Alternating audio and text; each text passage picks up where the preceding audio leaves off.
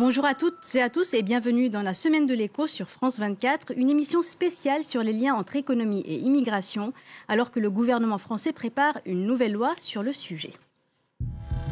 Les concertations avec les associations et les partis politiques sont lancées avant un débat au Parlement le mois prochain.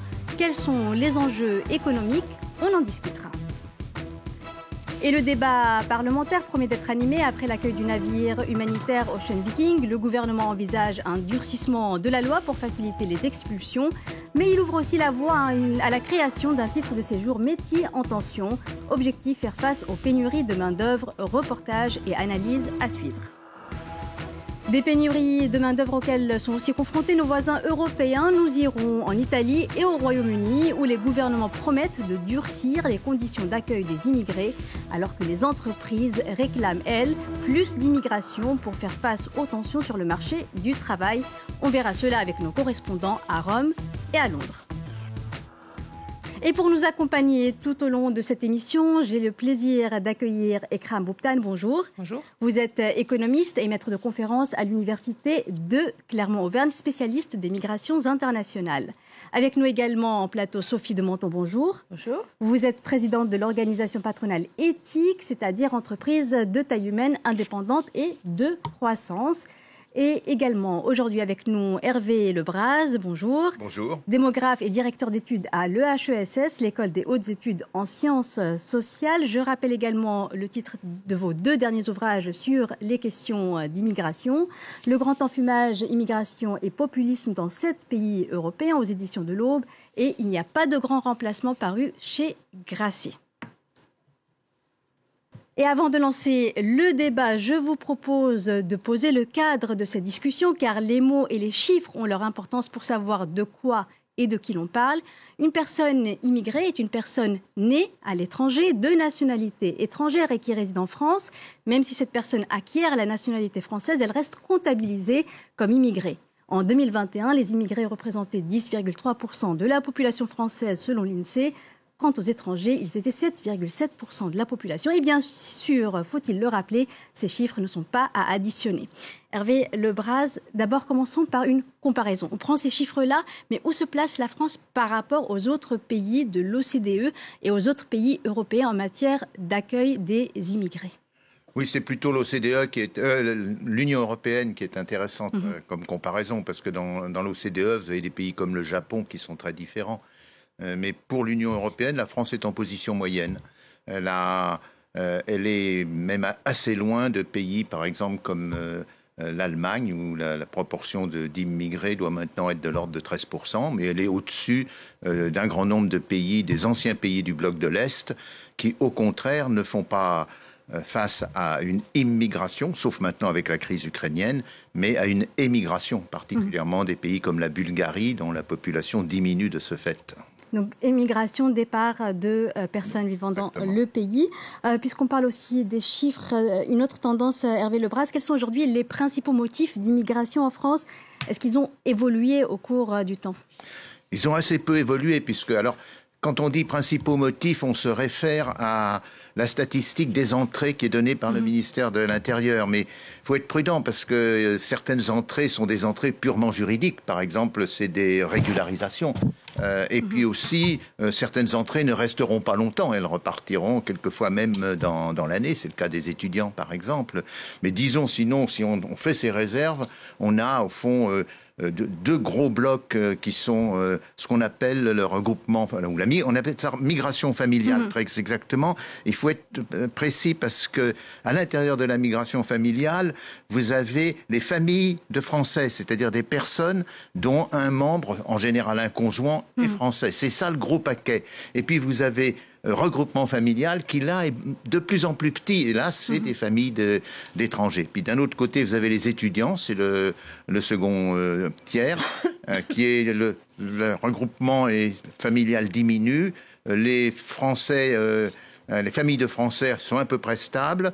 Les étudiants ont tendance à augmenter, mais enfin, avec le Covid-19, il y a eu des nuances. Et puis, vous avez un dernier groupe qui comprend cette fois le sujet de maintenant, c'est-à-dire l'économie, qui est nettement plus restreint et qui est un peu de l'ordre de 15%. Et puis, vous avez l'asile qui, lui, a augmenté forcément à la suite de la crise syrienne.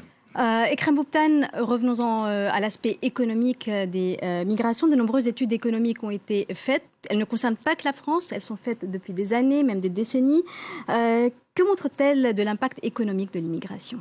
Il y a un consensus en fait dans les études économiques, cet impact économique de l'immigration, que ce soit en France, que ce soit dans d'autres pays développés qui sont des pays d'accueil des migrants, qui reste un impact faible et plutôt positif. Et donc, il y a un consensus vraiment dans ces études économiques, que ce soit qu'on prenne le marché du travail, c'est-à-dire les questions d'emploi, de salaire, qu'on prenne la question de l'économie dans son ensemble, donc de la croissance économique et du niveau de vie lorsqu'on le mesure avec la production par tête, ou qu'on regarde les finances publiques, lorsqu'on regarde aussi les recettes publiques et les dépenses publiques. Donc, le consensus, il est plutôt là dans les études économiques. Mais lorsque je prends le cas particulier de la France, sur laquelle il y a plusieurs études qui ont été faites qui concerne l'histoire de la migration en France, c'est-à-dire dans les années 60-70, et des études plus récentes sur la migration récente en France. Donc toutes ces études-là montrent déjà, au moins il y a un point qui est clair du côté des économies, c'est que la migration n'a pas d'impact négatif sur l'économie, que ce soit dans son ensemble ou que ce soit lorsqu'on regarde des secteurs bien particuliers ou des ensembles bien particuliers. Donc pas plus de chômage, pas de poids pour les finances publiques, au contraire, c'est un apport léger, voire... Alors lorsqu'on prend, donc là sur la question des finances publiques, lorsqu'on prend par exemple l'Union européenne en moyenne, et lorsqu'on regarde, lorsqu'on regarde les dépenses une à une, c'est que c'est un petit peu ça aussi qui est assez intéressant, c'est que bien sûr les dépenses familiales vont augmenter, relativement effectivement à la population, parce que les personnes qui arrivent sont en âge de travailler, sont en âge d'avoir des enfants. Mais en revanche, lorsqu'on regarde d'autre côté les dépenses de la retraite, là on trouve effectivement que les immigrés qui arrivent contribuent à financer les retraites. Donc lorsqu'on prend les dépenses de leur ensemble, on a bien un effet augmentation des dépenses suite à l'arrivée des immigrés, mais il faut aussi prendre les côtés recettes. C'est plus que compensé par les recettes. Et au final, sur le solde des finances publiques, on a plutôt un effet positif de la migration permanente. Et lorsqu'on regarde les demandeurs d'asile, plus particulièrement, qui sont une population bien particulière, qui a quand même plus de difficultés en termes d'intégration sur le marché du travail, du fait aussi de ce statut temporaire qui est donné aux demandeurs d'asile, là, on a un effet neutre. En revanche, pour l'effet sur la croissance économique, il y a plutôt un consensus qui est plutôt un effet positif. Donc des effets, des études diverses pour la France et dans de nombreux pays. Et puisqu'on continue de parler chiffres, Sophie de Menton, il y a cette question aujourd'hui des besoins en main-d'œuvre, notamment main-d'œuvre immigrée de certains secteurs. Quels sont aujourd'hui, avant de rentrer dans le vif du débat tout à l'heure, quels sont les métiers aujourd'hui en tension qui auraient besoin ou qui ont déjà recours à une main-d'œuvre étrangère? Ils ont tous déjà recours à une main-d'œuvre étrangère. Là, moi, j'ai le chiffre du patronat qui est 22% de la population active est correspond à des travailleurs immigrés. Donc, c'est quand même beaucoup, 22%. Alors, les secteurs en tension sont un peu toujours les mêmes. Ce qui pose problème d'ailleurs pour effectivement l'intégration de ces salariés. Il y a 76% des agents de propreté. On a 61% des aides à domicile, ça c'est vraiment et c'est croissant, voilà. 60% dans le BTP, 50% de cuisiniers, 40% des agents de sécurité et de gardiennage. Et puis il y a d'autres métiers en tension qu'on ne voit pas encore peut-être dans les chiffres, mais qui sont la santé.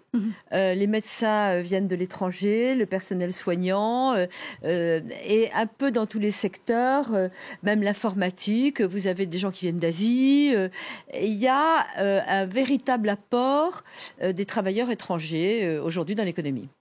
Et donc c'était secteur en tension pour vous, c'est aux chefs d'entreprise, au secteur économique de les déterminer.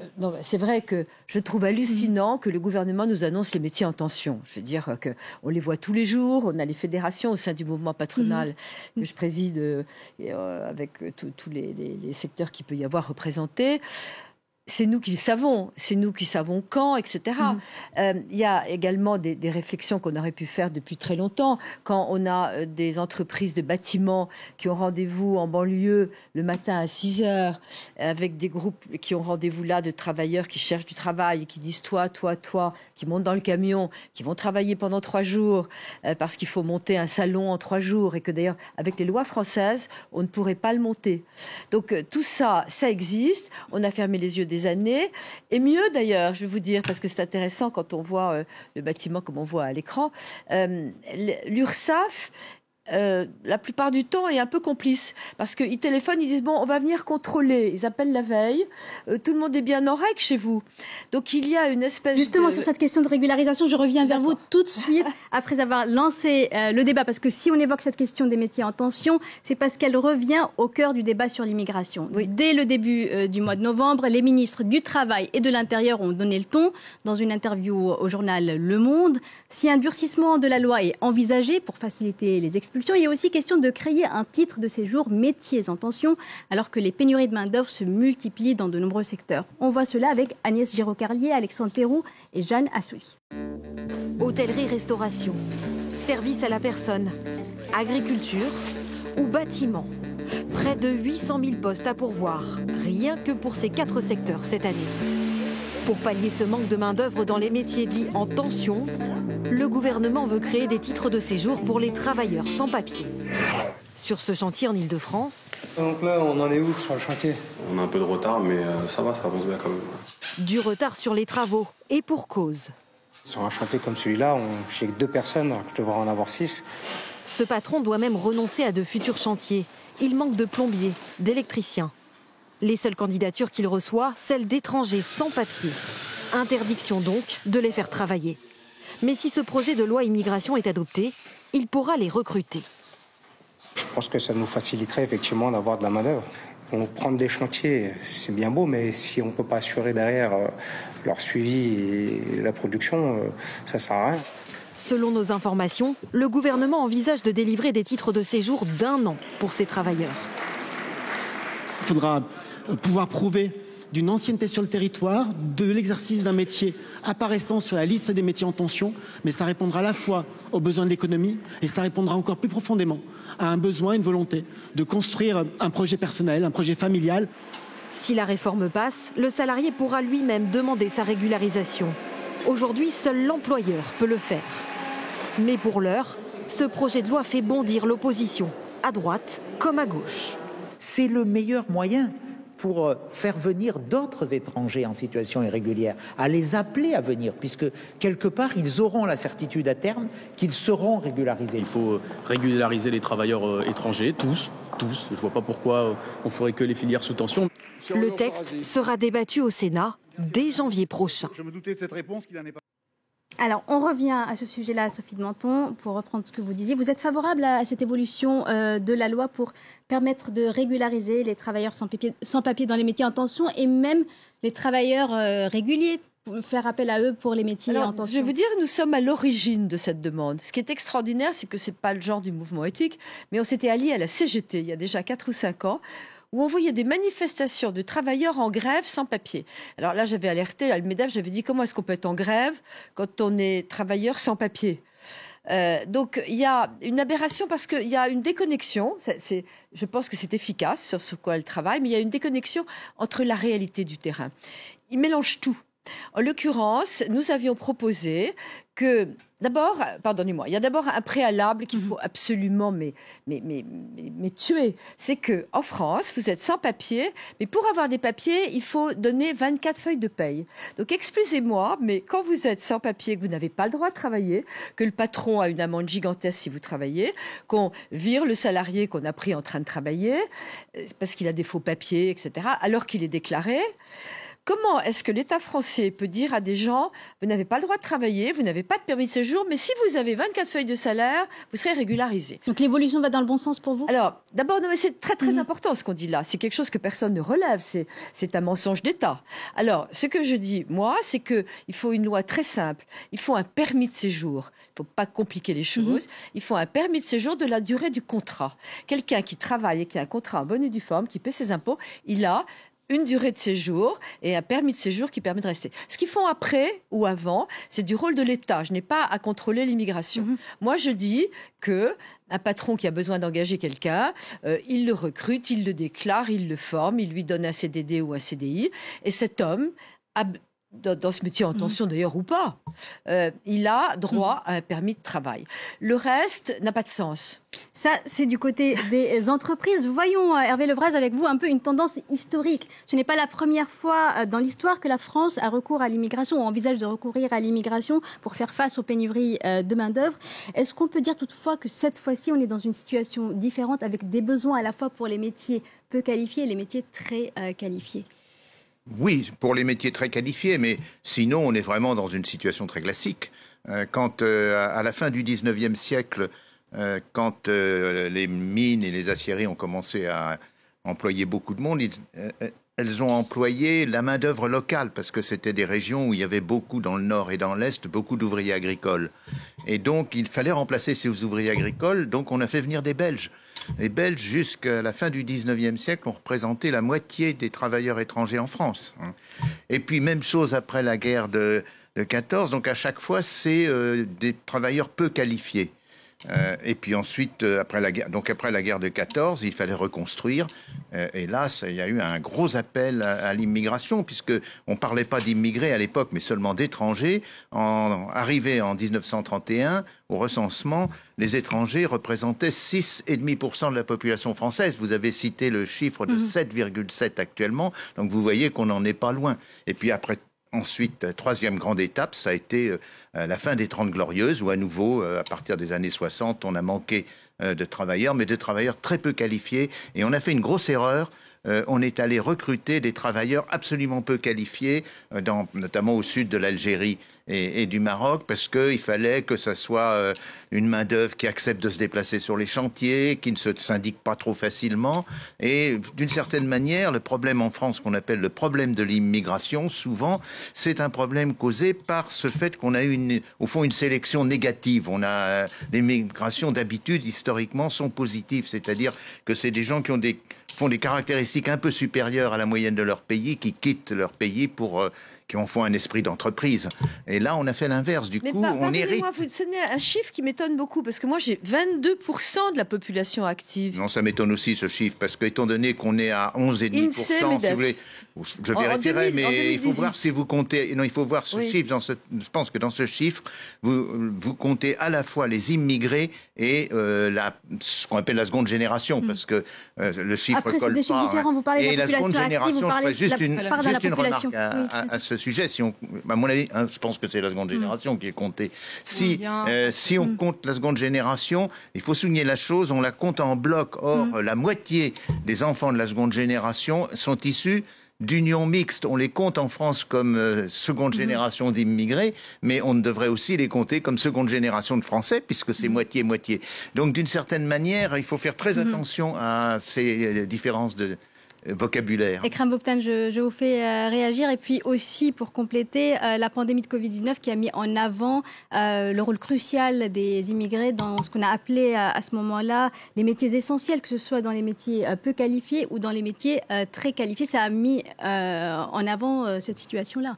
Il me semble aussi important de commencer par rappeler qu'effectivement, les questions de tension de main-d'œuvre, des tensions sur le marché du travail, elles ont toujours existé en France. Et c'est juste le degré de tension, il est assez différent. Et surtout, est-ce que c'est des tensions géographiquement localisées? Est-ce que c'est des métiers ou des secteurs qui sont bien particuliers? Donc, on a toujours eu des tensions, en fait, sur le marché du travail. Et on a eu surtout des tensions qui sont dans des secteurs bien particuliers, qui sont ces secteurs, le bâtiment, les services à la personne, l'hôtellerie-restauration. Ce sont des secteurs qui sont caractérisés par des emplois qui sont généralement faiblement rémunérés, avec des conditions de travail qui sont difficiles et qui sont soumis aux aléas, à la fois les aléas de la conjoncture, c'est-à-dire que lorsque tout va bien, on a beaucoup de demandes dans ces métiers, et lorsque ça ne va pas, on a beaucoup de licenciements. Et c'est aussi des activités qui ne sont pas nécessairement pérennes. Ce qui caractérise aujourd'hui les besoins de main-d'œuvre, qui motive la discussion qu'on a aujourd'hui, c'est que c'est tous les secteurs qui sont concernés.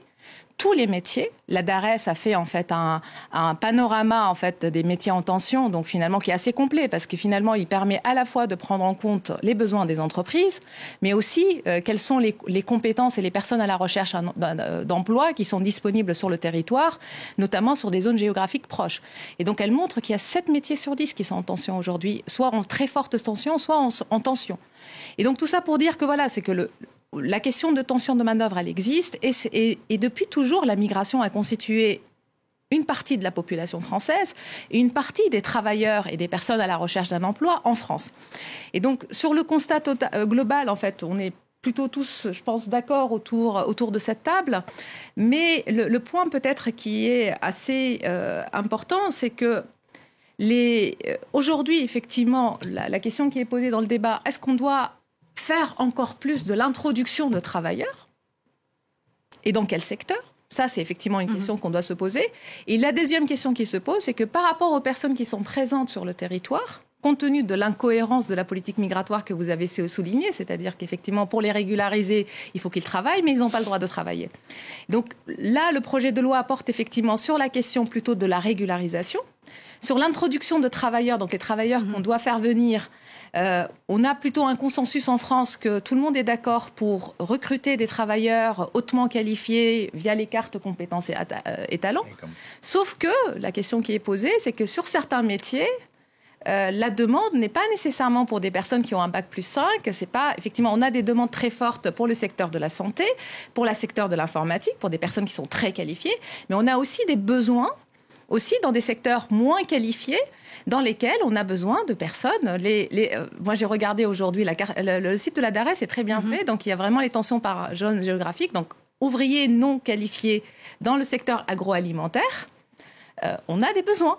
Et ces besoins-là, Ekrem Boubtane, ils ne sont pas présents qu'en France. On va voir, si vous le voulez bien, le cas de l'Italie. On pourra faire des comparatifs, Sophie Montan, avec la France. Si vous permettez, il y a quelque chose à ajouter là. Très rapidement. C'est que toute cette question est liée à la façon dont on va réformer ou non Pôle emploi.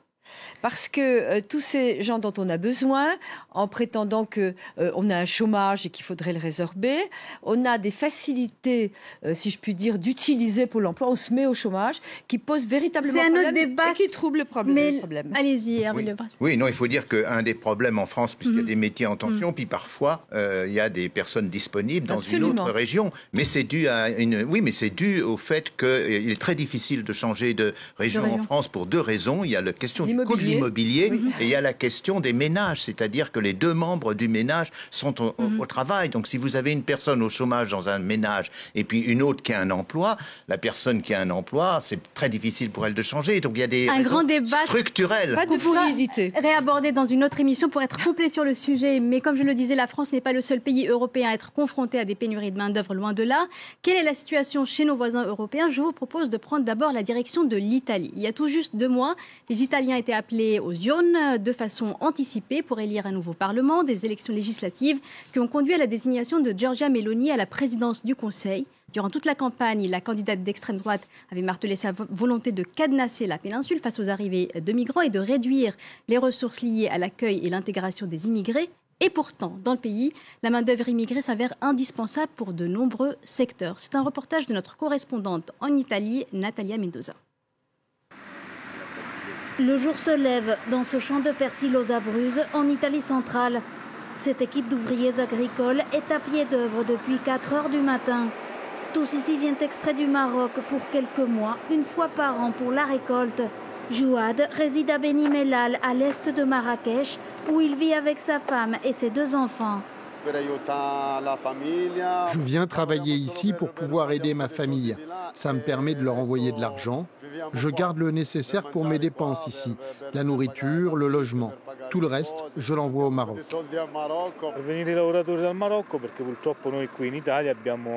On fait venir des travailleurs du Maroc car on ne trouve pas de main-d'œuvre italienne. On manque de bras. On ne trouve pas d'Italiens qui veuillent travailler dans les entrepôts ni dans les champs. Si l'agriculture fait appel à cette main-d'œuvre étrangère saisonnière, d'autres secteurs manquent de bras toute l'année. En Italie, on compte près de 2 300 000 travailleurs étrangers, une ressource indispensable pour faire tourner l'économie du pays.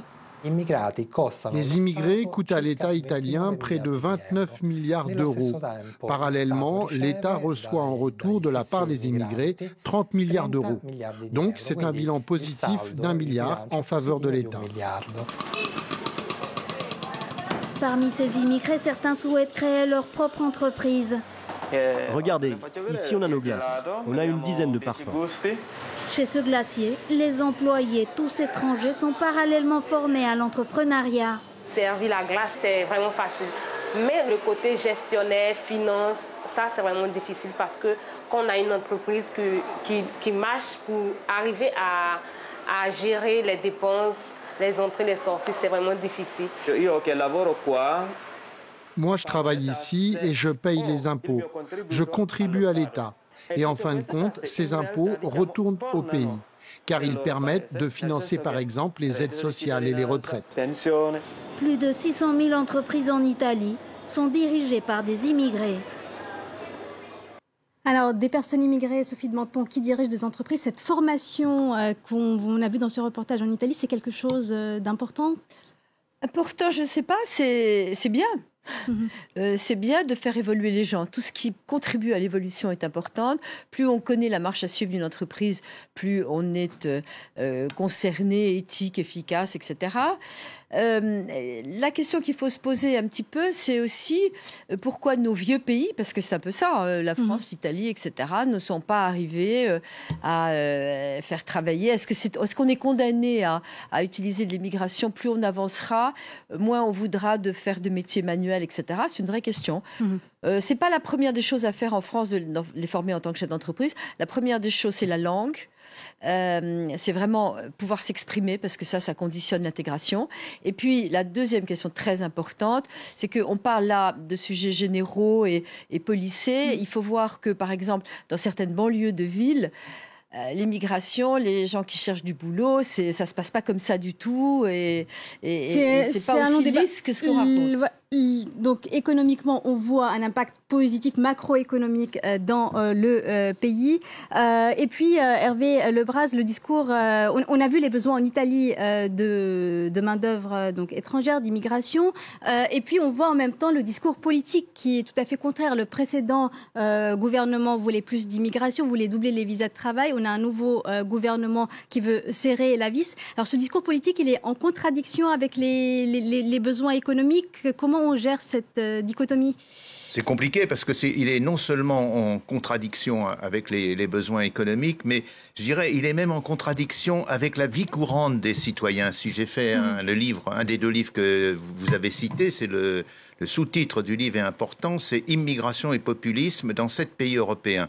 Et avec des cartes très précises, souvent jusqu'au niveau des communes, je montre que la répartition des immigrés n'a rien à voir avec la répartition des votes d'extrême droite. C'est deux choses totalement différentes. En France, si vous prenez les petites communes où vous avez très peu d'immigrés, elles ont voté à 32% pour Marine Le Pen. Si vous prenez les villes de plus de 100 000 habitants, où il y a déjà beaucoup d'immigrés, elles ont voté à 13%. Et Paris à 5,5%.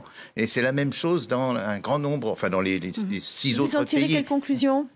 Oui, c'est-à-dire que les arguments qui sont donnés par les populistes, que c'est parce qu'on voit des femmes en burqa, c'est parce qu'il y a des boucheries halal, n'ont aucun sens. C'est-à-dire que il y a la commune qui vote le plus pour Marine Le Pen se trouve dans la Haute-Marne, et c'est là d'ailleurs que Marine Le Pen faisait d'habitude sa rentrée. 93% des personnes avaient voté pour elle au premier tour. J'ai regardé dans les statistiques de l'INSEE, il y a 0 immigrés dans cette commune. J'ai regardé dans les communes autour, c'est dans la Haute-Marne, il y a 0 immigrés dans les communes autour. C'est un cas extrême, mais c'est tout à fait représentatif. C'est-à-dire qu'il y a au fond, ce qui s'inscrit dans ce populisme anti-migratoire, c'est des causes beaucoup plus profondes, beaucoup plus dures à gérer, et elle trouve ce moyen d'expression. Mais elle ne le trouve pas toujours immédiatement. Dans les autres pays, ça commence souvent pas du tout contre les immigrés. En Italie, ça commence avec Umberto Bossi, c'est pour séparer l'Italie du Nord, la Padanie. Et puis Salvini arrive, il est déjà très fortement anti-migrant. Et puis alors Meloni actuellement, c'est d'une certaine manière la pire. Un débat passionnant, mais il faut qu'on parle aussi du Royaume-Uni. Juste un mot aussi de l'Italie. Et Krabuptan, vous avez entendu avec nous dans ce reportage l'économiste qui a souligné ce que vous avez mentionné avec un impact positif sur les finances publiques finalement qu'on retrouve dans de nombreux pays? L'impact positif qui est signalé, là, c'est un impact comptable. Donc, il faut quand même se méfier un petit peu lorsqu'on essaye de faire de la comptabilité nationale. Je suis très mal à l'aise avec cette idée qu'on va mesurer effectivement la valeur d'une personne dans une économie, c'est même pas dans une société, par un bilan comptable dépenses-bénéfices. Concernant l'Italie, c'est un pays vieillissant qui a des besoins de main-d'œuvre en fait croissants. Il a à la fois des besoins de main-d'œuvre comme tous les autres pays en emploi temporaire, et donc là on a besoin de ce qu'on appelle la circulation des travailleurs, donc des travailleurs saisonniers, mais il a aussi besoin de main-d'œuvre en emploi permanent. Et pour revenir, c'est-à-dire que les personnes immigrées, quel que soit le motif pour lequel elles viennent dans le pays, elles vont s'insérer dans les emplois existants, donc comme salariés, mais elles créent aussi, il y a beaucoup d'entrepreneurs individuels, ils créent des entreprises qui emploient des personnes, mais aussi des entrepreneurs individuels, c'est-à-dire que c'est des personnes qui s'insèrent dans l'emploi de cette façon-là. Et donc, le cas de l'Italie est assez parlant, ça veut dire qu'on voit du côté économique qu'on a un besoin de main-d'œuvre qui est assumé. C'est le cas aussi en France, qui est assumé par les patrons. Et d'un autre côté, on a un débat politique qui est un peu déconnecté de la question économique ou qui revient de temps en temps sur la question économique, mais lorsqu'il concernerait les personnes les hautement qualifiées. Juste pour un dernier mot sur l'Italie, Meloni, elle changeait effectivement la politique italienne d'immigration, mais elle a quand même annoncé qu'elle serait ouverte à une immigration venant d'Amérique latine. Elle avait dit effectivement qu'elle est prête à remplir les quotas de visa de travail, mais avec une immigration qui venant d'Amérique latine et non pas une immigration qui vient d'Afrique. Sophie de Menton, on est obligé de partir au Royaume-Uni parce qu'on a mais la criminalité est un élément fondamental. On ne va pas rentrer dans ce débat qui est hautement problématique. La question de la pénurie de main-d'œuvre se pose aussi au Royaume-Uni et sans doute avec encore plus d'acuité que dans d'autres pays européens depuis le Brexit. On va prendre la direction de Londres pour en parler avec notre correspondant Hervé Amoric. Bonjour Hervé. Alors cette question, elle se pose au Royaume-Uni pour deux raisons. D'une part, le Premier ministre Rishi Sunak qui veut durcir le ton sur l'immigration, pas plus d'immigration, rester ferme. Et d'un autre côté, cet appel des patrons britanniques qui demandent, eux, plus d'immigration et pas seulement pour les travailleurs hautement qualifiés. Peut-être est-il prisonnier du populisme migratoire de ses prédécesseurs. Rappelons comment Rishi Sunak est arrivé au pouvoir, dans quel contexte. Il succède bien sûr à Liz Truss qui, elle, veut se montrer beaucoup plus ferme que son prédécesseur. Elle est élue par la droite du Parti conservateur.